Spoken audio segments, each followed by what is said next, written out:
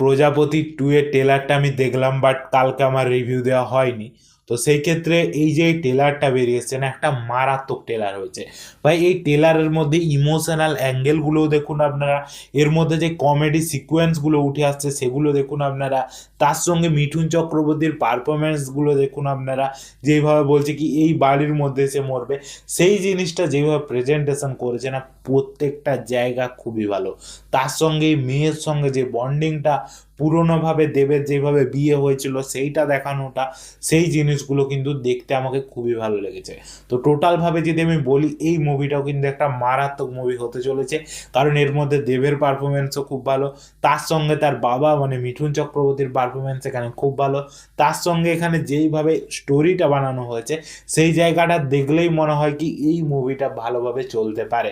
একটা সুন্দর love story movie হতে চলেছে, ব্যাক স্টোরিটা দেখানো হবে এবং তার সঙ্গে দেখানো হবে তাকে কেউ মানে এমন কেউ যে কি এখানের ভিলেন এবং তাকে বসানোর চেষ্টা করছে।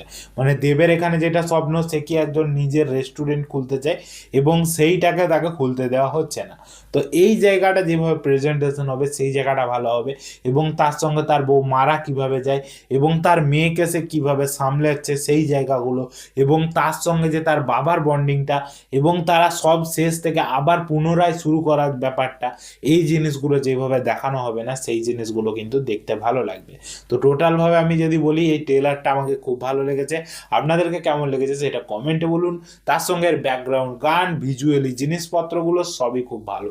তো যদি আমার ভিডিওটা আপনাদের পছন্দ হয় অবশ্যই একটা লাইক করে চ্যানেলটাকে সাবস্ক্রাইব করে দিন, কারণ এরকম ভিডিও আমার চ্যানেলে আজ থাকে। তো আজকের জন্য এতটুকুই, ভিডিওটা দেখার জন্য ধন্যবাদ।